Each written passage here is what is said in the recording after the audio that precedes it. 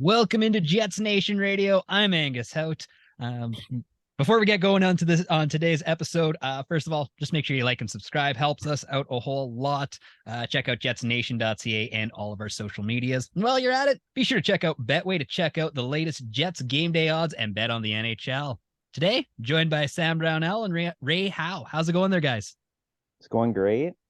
Good to be back after missing a week there, but excited to get into some discussion. Yes. Beautiful day coming off a Jets win, going into another Jets win. We're having fun. We're having fun. Boys, it's so nice right now that like this morning I cleared driveways for rich people and I did it for the last 2 hours in just a t-shirt. It was a beautiful morning. Life is feeling good in Winnipeg. Yeah. We avoided all of that snow up here. We didn't get any snow. Oh, I mean, it's money in my pocket. So if you miss the snow, whatever. I need getting back to your blue collar roots. I love it, buddy. I'll always have a little bit of blue collar Alberta in me until I love doing manual labor where you can just like moving snow, shut off the brain, just let the body do all the work. It's beautiful. So we've had an interesting last week with the Jets here. A couple losses, but the Jets have been trying real hard, and then finally picked up a win last night over Paul Maurice and the Florida Panthers. How are we feeling about this team right now?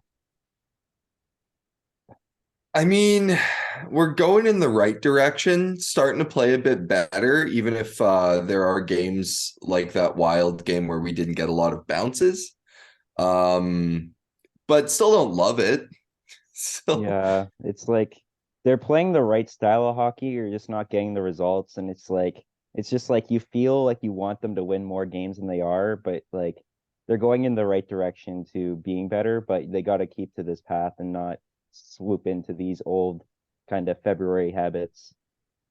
And I mean, you just got to beat the Sharks. Simple as that. Yes. Yeah, what's with James Reimer showing up? Like, holy, that guy was in a mode. You still can't lose to the Sharks. I don't care if prime Patrick was in net.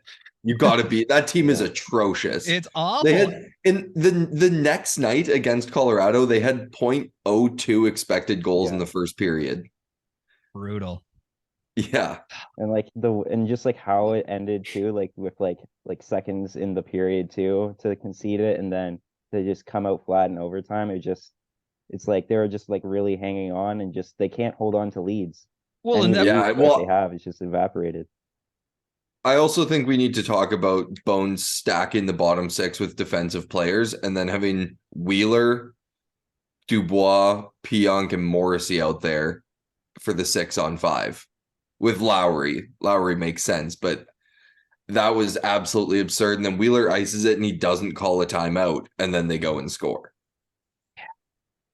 That was kind of a boneheaded one. And like on Blake Wheeler too, like both the veteran coach and the veteran player, just like, what are you guys doing? Like, do you not have an ounce of common sense going through your head right now? Because it wasn't the Jets game to lose. Yeah, you just can't have Wheeler out there. You can't have Pionk, even Morrissey.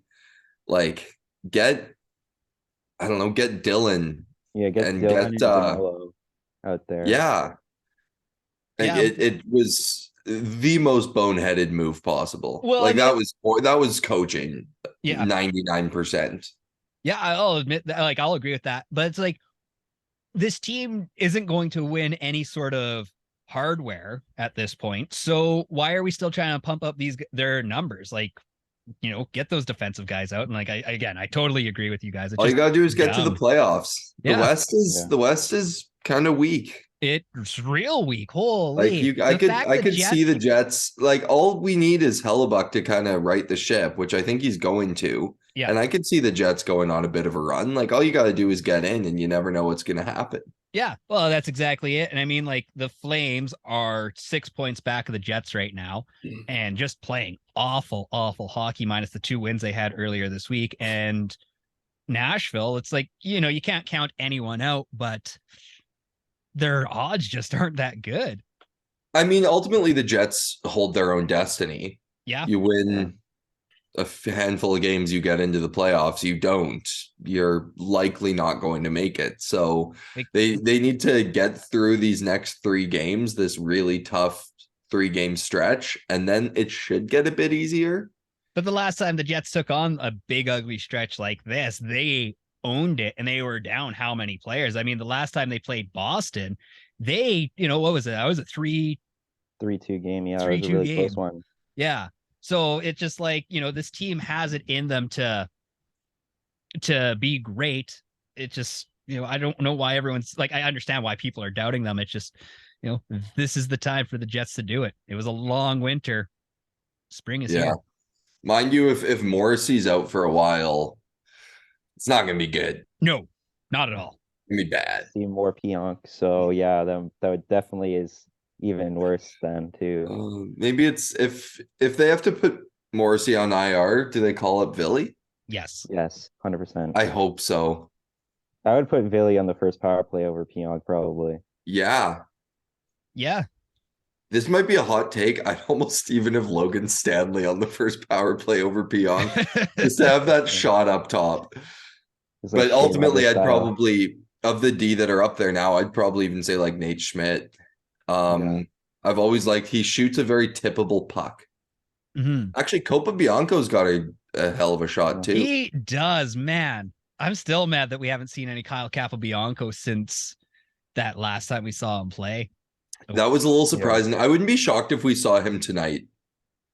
Yeah, I could see that. I think they're playing Sandberg, but yeah, I think Capobianco really needs to show that, like, hey, with Morrissey out, like I can take a step up and be that next man up to kind of. I think on the back-to-back though, put in more guys. Like everyone who was on the bench, get them into this game.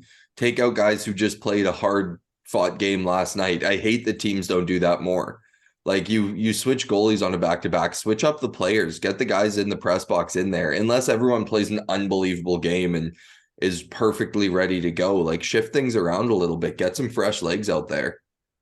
Yeah, definitely. Like I feel like just like having that kind of like swapping like keeps people fresh, but then it also gives the players that are in the press box more of an opportunity to kind of showcase what they're able to bring as like a different kind of style, or like what they bring may be different than what someone else brings. So you kind of get to see different kind of situations that you can find yourself in towards the playoffs, where maybe Capobianco needs to take a step up in the playoffs. So I think it's really important to kind of see what you have in everyone and kind of give everyone a chance. Yes. Yeah, absolutely. Absolutely. Yeah. Okay, Mark Scheifele, is he a Jet come 2025? It's a tough question. It is. I'd lean towards yes, he's probably going to be a Jet after 2025, just because of how hard it can be to find a true like top 2 center, like bona fide like 1C. So I feel like they should personally explore the options of kind of seeing what they could get for him if they choose to go in that direction. But I also understand that keeping Mark Scheifele, like there's not a lot of players that can do what Mark Scheifele does, and how consistent he's been at being like a point per game player for almost 6-7 years. So I feel like it's going to be hard to replace that, but I feel like it all depends on what direction the team wants to explore going into. Yeah, I think if he's on the team next year, he'll be on the team going forward. I could see them potentially moving on from him this summer, but like if they're going full rebuild, why would they keep him around? Because wouldn't you want to tank? Like, and that's just gonna hurt the cause. So I don't know. It'll be this summer will really tell. But I'm not gonna definitively say yes or no because I really have no idea. Like it might be shoveled off trying to save his job this summer, trying to like hang on for one more year, but who knows? Yeah, it might be somewhat similar to like Calgary, where like they had Johnny Gaudreau and Matthew Tkachuk wanting out, and they were seen to be like, oh, they're going to go into like a rebuild, retool kind of phase, and then they pulled this trade out of left field for Huberdeau and Weegar, and they keep going for it. And look at where that's got them. They're kind of behind us now. So I feel like Cheveldayoff's kind of in that position now, where he kind of has to make a decision where he can trade for impact players now with the players he has, but those that impact players actually put his team over the hump. I think getting Huberdeau and Uyghur in Calgary was like magnificent on Tree Living's part, but it was the addition of Nazem Kadri that just screwed the Flames. So you know what? Those big offseason UFA signings are awful. almost never good. Maybe we're lucky in Winnipeg that no one wants to come here. Right? Can you imagine having like even Huberdeau has had a kind of a crappy Kadri's year going to be like 38 by the end of that contract, isn't he? Oh yeah, and he's going to be making like 9 schmil by the end. And it's not like he plays a light game. Like he plays a very heavy game, and he's had injuries in the past, some bad ones. So that's that contract's wild. Oh yeah. Yeah, and the Huberdeau one too, like over like $10 million, and he's like 31 years old for another 8 years. So dumb. Calgary's just banking on the cap somehow going like way up. They're praying for a new dome at this point. My goodness, is the Saddle Dome in a sad state of affairs. Okay, what do you guys think of the Logan Stanley injuring Kirill the Thrill? I think Minnesota fans are idiots. He clearly wasn't trying to body slam the guy. No. Kirill pulled up and Stanley skated into him. I'm sorry, Stanley's not a very strong skater. There's no way that was on purpose. And the guy shouldn't be stopping up when a giraffe's behind him. Well, the other thing that I noticed with that one too, it looked like Logan Stanley was, I think what ultimately caused the injury was he was trying not to board Kaprizov there, because like he would have straight up murdered that dude and broke his neck if he had gone through instead of trying to hold him up. And it was just one of those ugly things. And every Jets fan, I've seen Jets fans be like, Logan Stanley is a big old goof who doesn't know what he's doing. He's trying to injure people. Like, shut up. Yeah, I think the situation was just a lot more awkward than like any like intention to do that, because he sees that Kaprizov, he's not the tallest guy. He's probably like 5'10". He's like 6'7". So going through that kind of hit, if he was to pursue that, it could have resulted in kind of more damage to Kaprizov and more damage against Stanley in the form like of a penalty or something like that. So I feel like he kind of did the right thing, but it just kind of led to the wrong result in Kaprizov getting injured. But it's not like he intended for any injury. Like it wasn't like him like, oh, I'm going to run this guy over and cause an injury. I think it was just more him thinking that was the best decision he could make at the time to kind of mitigate what the result could be. And don't get me wrong, super, super unfortunate situation. Like you don't want to see that. That looked massively painful, but a guy's got to protect himself. And like he just, by stopping up there and going right under the guy, he's just putting himself in a bad spot. Yeah, that's why you don't brake check semi trucks there, friends. Well, and it's the same thing that was happening to Perfetti at the start of the year when he kept getting boarded. It's like he's putting himself into these situations, and it's dangerous. Like you don't want to hit a guy from behind. Obviously, you don't want to land on a guy when you're falling, but you can't put yourself in those situations. Oh yeah, totally agreed. It's another one of those keep your head up, kid.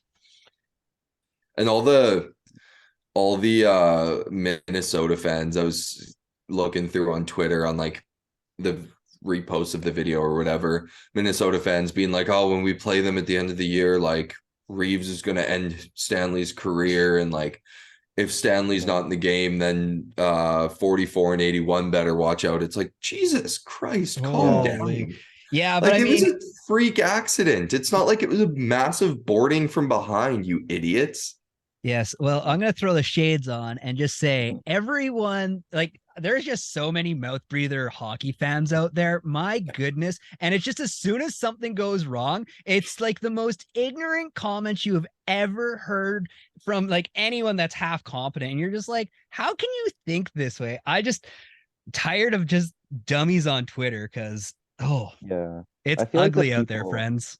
Yeah, I think the people on Twitter are a lot more like reactionary, where they don't really they kind of only see it from like their team's view, where like, oh, Kaprizov's injured. This guy is public enemy number one. This guy needs to be out of the league. and they don't really think about just like the whole situation as a whole, rather than just like they just kind of look at the injury and be like, damn, that sucks. I'm gonna get pissed off and just like write on Twitter about how awful of a play this is and why it shouldn't have never happened. But then But they don't really realize that Kaprizov put himself into that situation as well, too. what I blows? also Go ahead, Sam. I also love the like, oh, this guy got hurt by an accident. Let's end his career. It's like, dude, what? How does one of those lead to the other? Like an eye for an eye. God damn. Right? Oh man. Yeah, I was gonna say there's a couple of big media people on, I guess, big YouTubers that talk about hockey that were talking Logan Stanley being a goon for that hit too. I don't know. Let's be careful using media and YouTubers in the same Yes, I'm sorry. I realized I'm well aware. And that's why I stopped myself and corrected myself. I'm well aware that YouTubers are not on the same level as you fancy broadcasters who get to go into work every day. Unlike us lowly bloggers. Seems like Kevin Cheveldayoff has like unlimited job security these days, and there's some GMs who are simply on a hot seat. Why does Kevin Cheveldayoff have such a longevity with his career here in Winnipeg? Is the mediocrity okay for the team, or is it just as long as we're selling? I try to stay out of the Cheveldayoff conversations to a degree, but because I'm a little biased. But oh yes, I think it's just Chipman being loyal to a fault. Partially, he still has his contract, and the Jets probably don't want to pay the next 2 years for him to not work. And also, I just like, who are you going to get to come to Winnipeg? Like it's unfortunate, but people have said like the Jets GM is one of the hardest jobs in the league because you got to convince guys to come to Winnipeg. And I think that also goes for Chipman hiring the next GM.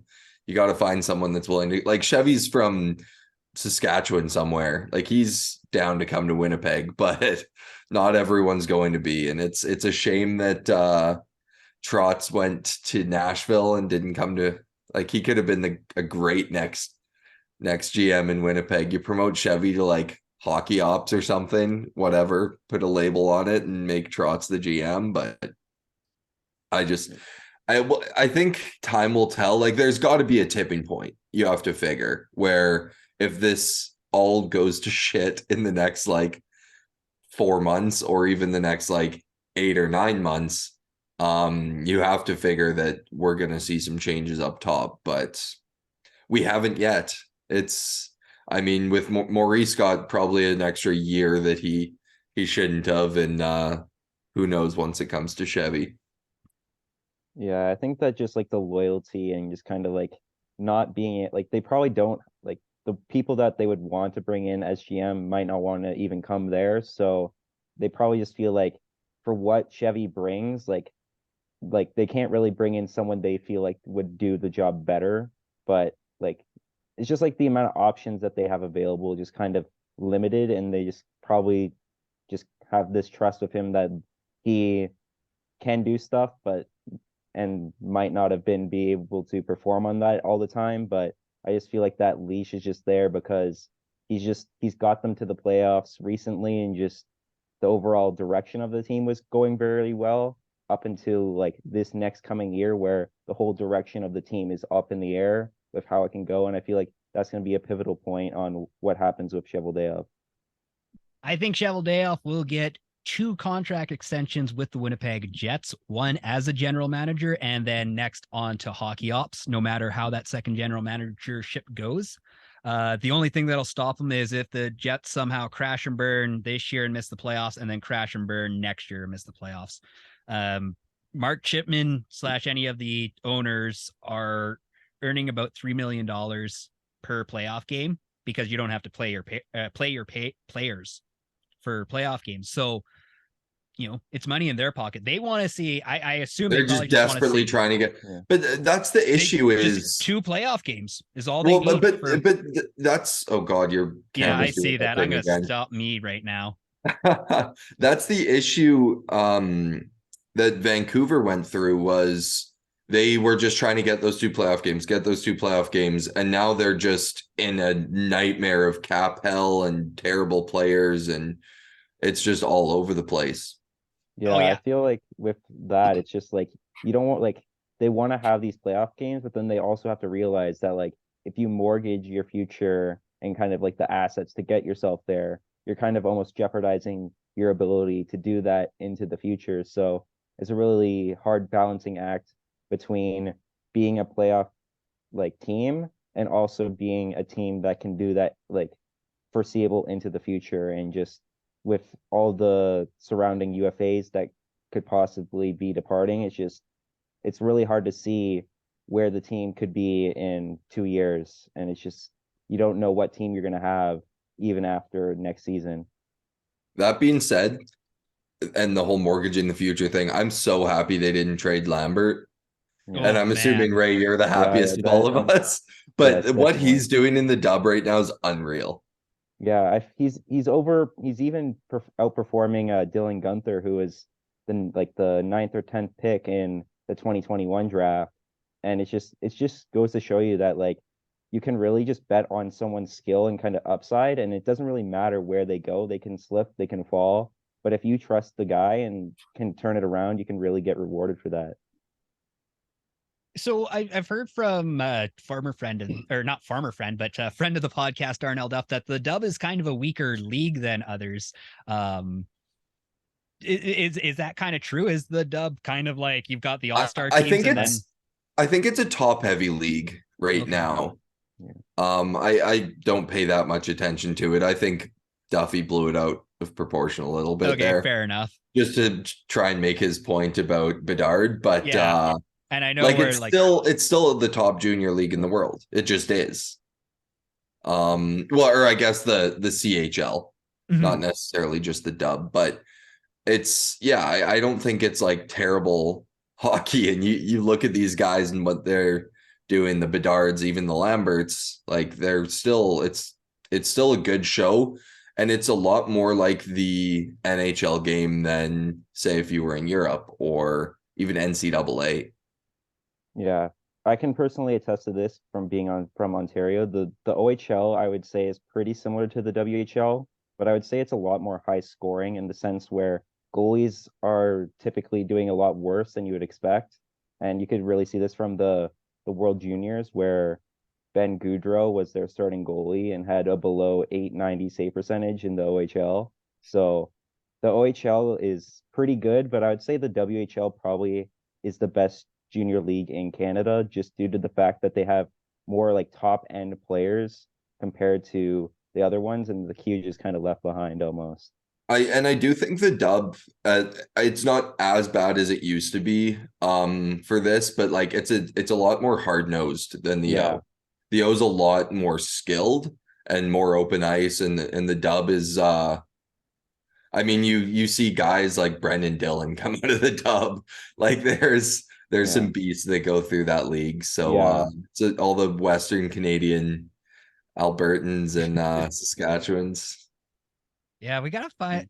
Like I've listened to some podcasts from former WHLers, and man, they have some of the best stories talking about like playing in Moose Jaw at the Can. Like, I wish we were around for some of that '90s dub hockey. There was a time not too long ago in the dub that they wouldn't let the teams warm up together because they wouldn't stop brawling in warm-ups.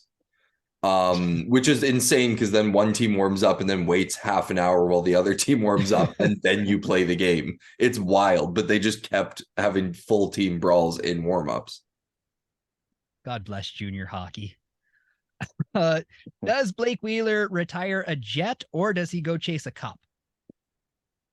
I want him to chase a cup, but I feel like he wants to probably stay.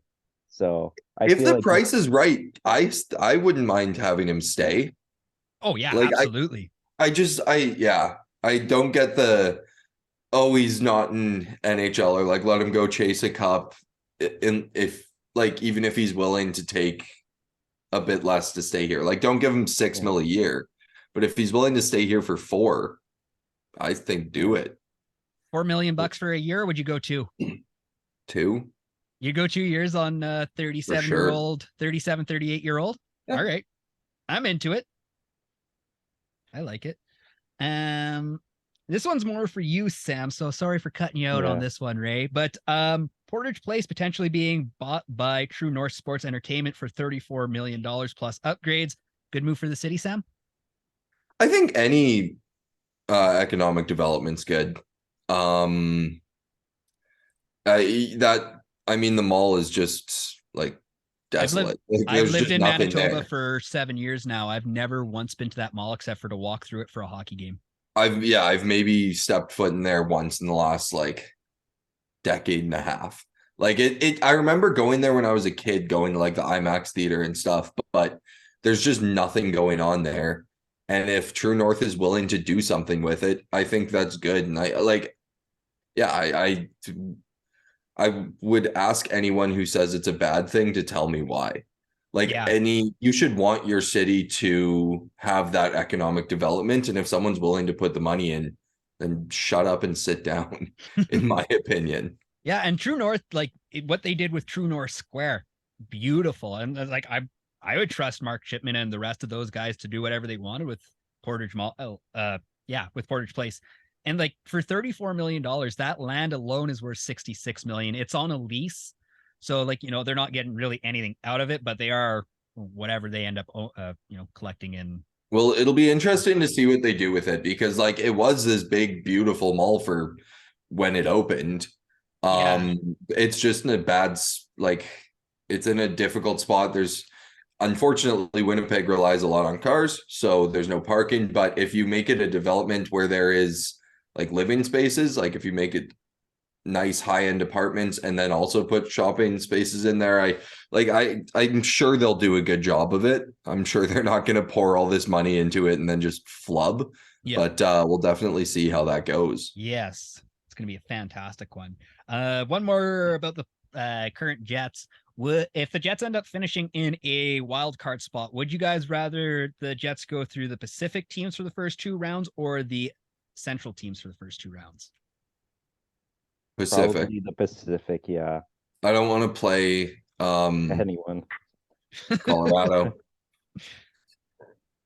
I think Dallas looks real hot right now too, but and Minnesota's also given it to us a couple times too as well. So that's true. Yeah, and Marc-Andre Fleury, just hates us for some reason.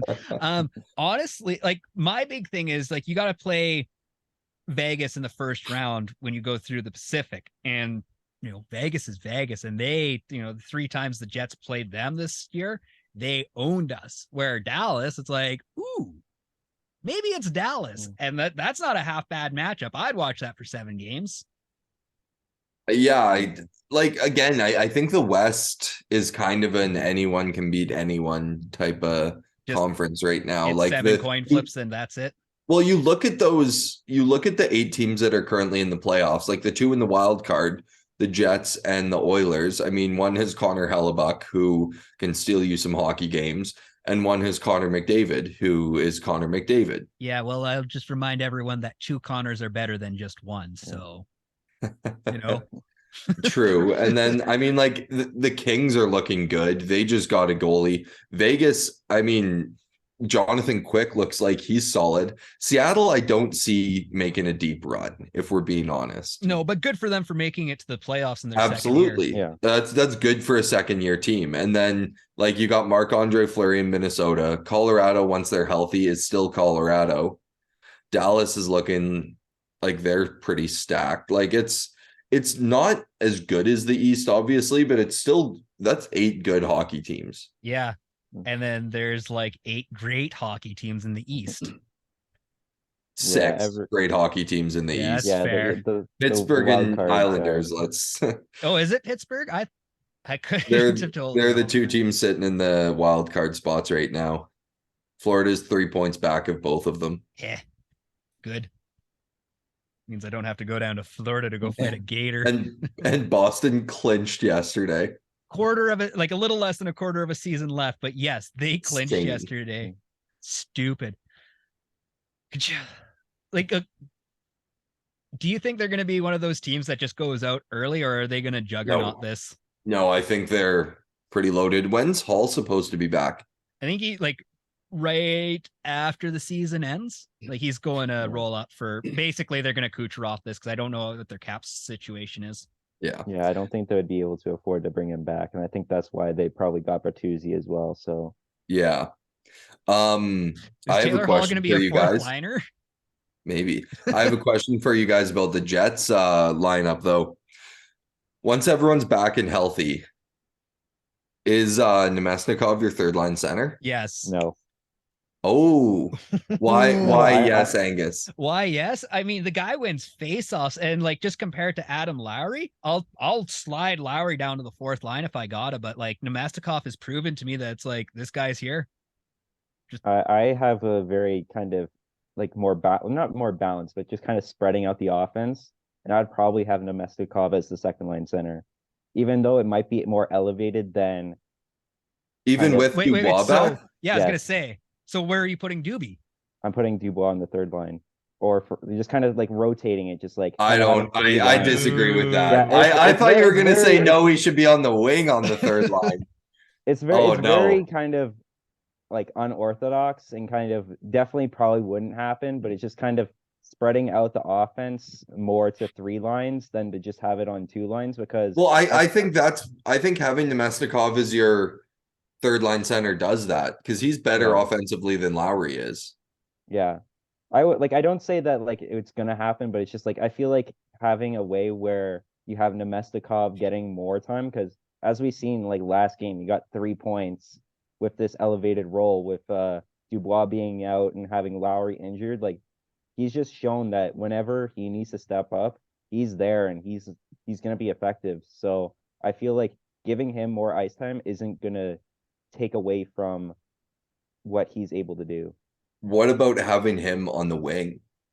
Yeah, I could see him on the wing too. Once Dubois is back, having him in the top six on the wing, and then like a Lowry, Perfetti, Wheeler third line. Yeah, I'd be fine with that too. Yeah, and then just switching to Mestikov and Perfetti depending on how depending on the situation. I think I like that more now, to be honest. I don't mind that. And then you got two guys who can win faceoffs on the second line, and Dubois and Nemestikov.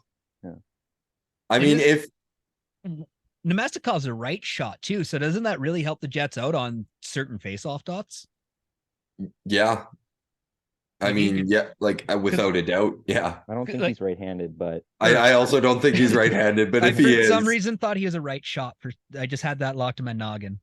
No, that would make way too much sense. Yeah, but I mean, it's an unorthodox Cheveldayoff trade. That holy, who saw this coming? Because like both Nino and Nemestikov are you're just like in love with these guys. They're right in front of the net. If the Jets go on a bit of a run and Nino is on the top line and Nemesnikov is on the second, like Chevy had an unreal trade deadline. Yeah. Oh yeah. Like, yeah, he could have made one or two more moves, but a fourth rounder for a second line center or a second line winger and a second rounder for a top line winger is just nuts. Okay, so this happened to Steve Tambellini in Edmonton after the 2006 trade deadline where Steve Tambellini threw everything at the wall and, created the 2006 Stanley Cup Oilers that couldn't ultimately win it. But our teams kind of bullied Steve Tambellini into not making trades anymore because they're like, no, you're going to fleece us again. Do you think that happens to Cheveldayoff where it's like, I can't make a trade because they all hate me? No, I think so. He has more problems because he has to kind of figure out what players would actually need to stay and kind of navigating the trade protections. So I feel like he's just getting deals where he's kind of being diligent and kind of finding players that no other team is really kind of looking at, and kind of like Nino Niederreiter coming out of nowhere. Like not many teams would have been kind of actively pursuing Nino Niederreiter with him having extra years. It's like it just comes out of nowhere. So I feel like Chevy just kind of really is patient and isn't really going to force anything to happen and just going to make the best move he sees fit. How Do much you fun? think there's a chance Nemestikov resigns?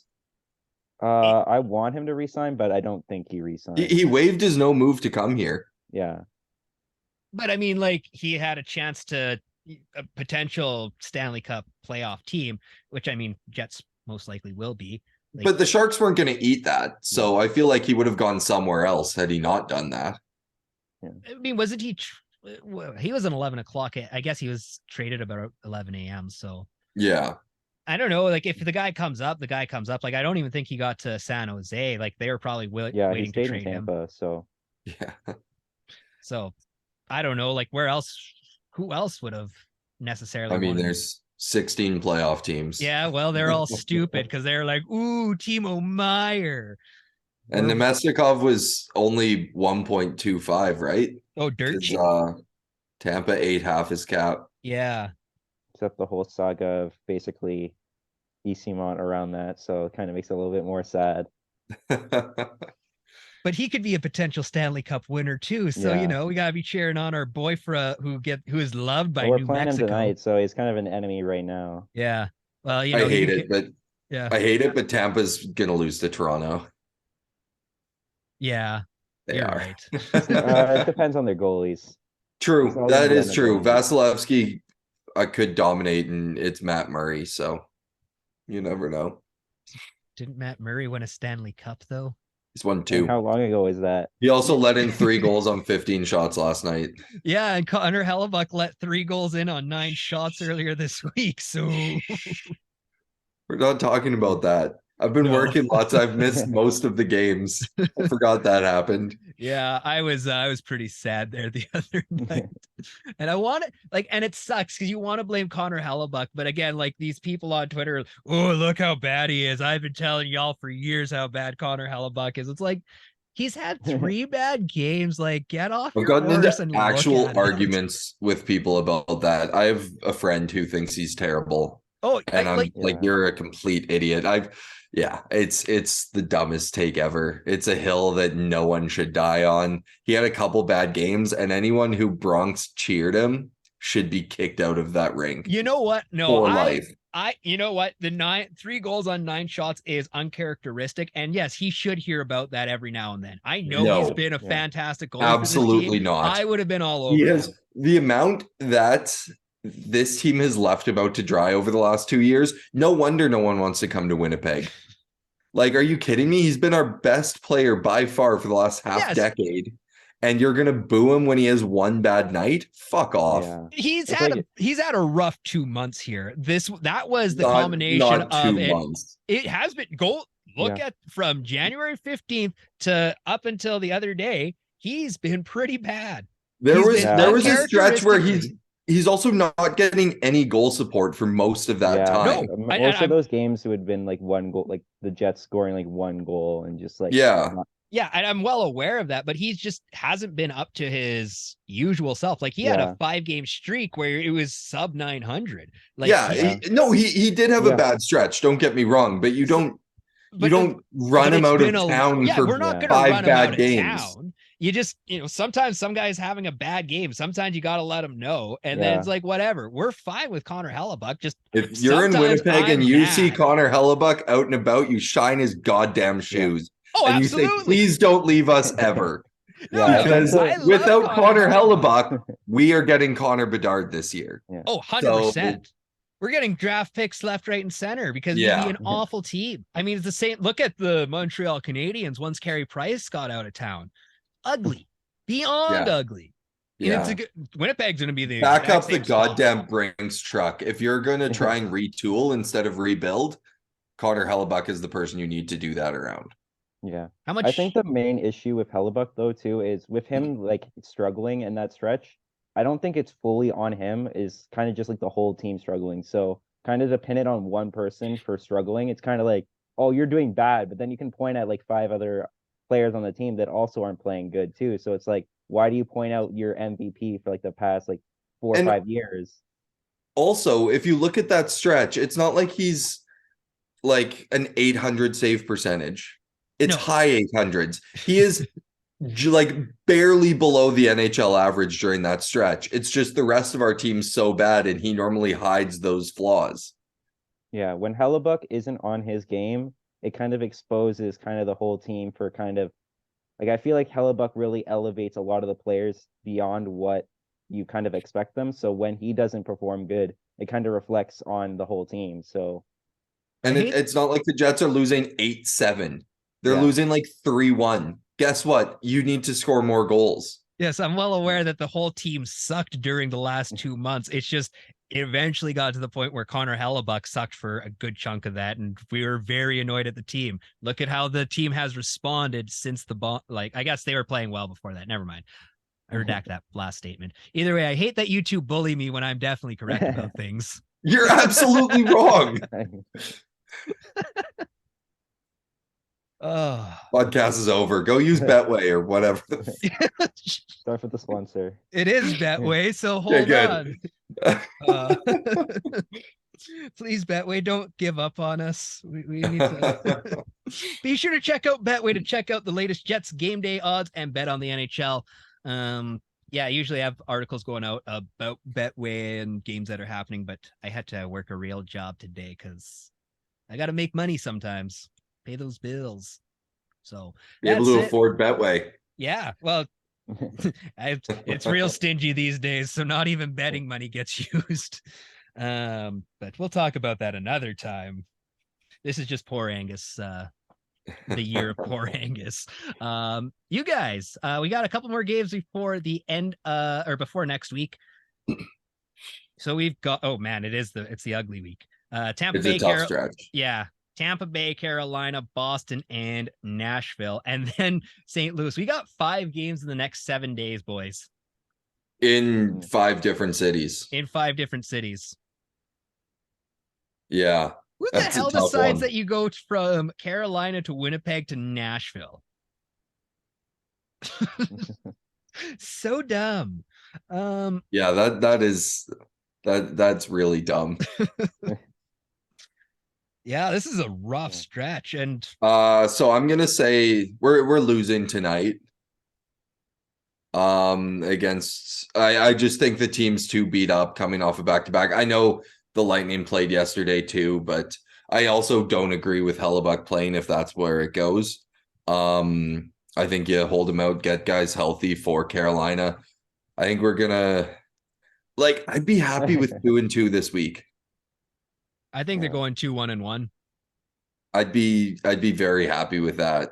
Oh yeah. 2-1-1 would be a very successful. Who do you lose to in there? I think you're losing tonight to Tampa, and you're going OT with the Bruins.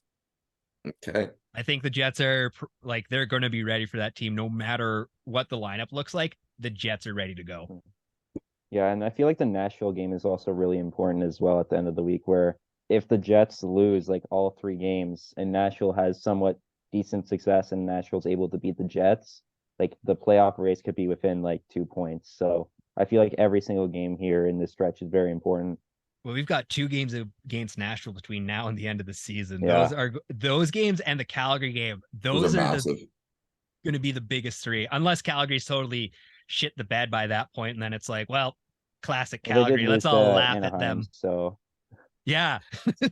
Although we lost to Columbus twice. So after this week, our schedule does get a little bit easier. It does. I mean, we have the Sharks twice to end the year. We have the Coyotes, Ducks, Red Wings, St. Louis, Sharks again. Yeah. Yeah. It does get a little bit easier after this week, but I mean, you still got to play Colorado in there, New Jersey, Minnesota. Yeah. The Jets just need, I think, 8-9 wins. Doable. Let's do it. More than doable. It's doable. This team's got it. They just got to do it. Yeah. Sam, we're going to be over at Portage in Maine this spring, and we're going to be celebrating a cup in this city. Let's do it. If you want to fly out, you're more than welcome. If we get there, sure. All right. Well, that's pretty much all I've got. So thank you guys so much for coming in. Make sure to check out jetsnation.ca. Check out all of our social medias, Instagram, TikTok, Facebook, Twitter. Yeah. Where can we find you guys out in the world, Sam? Yeah, it's SBrownL12 on Twitter, Sam Brownell Radio on Instagram.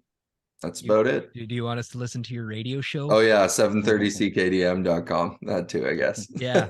I mean, like, listen, if you kind of like country, great station to start with because they do break it up really nicely with some like classic rock. It's low-key one of the best music stations out there. It's strange, but it's so much fun. There you go. So yeah, free shout out for An 730. endorsement from a former employee. Former employee.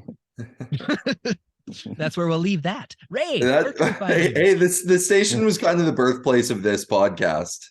It really was. I mean, we were gonna find each other eventually. We crossed at Herzing at one point, so no, we never crossed. No, you started in like August or September, didn't you? September, yeah. Yeah, so I was there for like 2 weeks. So like briefly crossed with Herzing online. I don't remember that. Well, it's because our cameras were off. We never saw each other. It's just I knew there was two dudes named Sam there. I just remember the one, but I guess the other Sam didn't show up, so he can kick rocks. Ray, we'll just interrupt you one more time. Yeah, you can find me at ray.how or Brad Lambert is him. And yeah, he's down for any Jets kind of media at all. Cool. Well, thank you guys so much. And we'll talk to you again next week. Go Jets, go. Hopefully it's a fairly successful week for this team. And yeah. All right. And everyone love Connor Hellebuyck. And love Connor Hellebuyck. We don't need any more slander from him for him.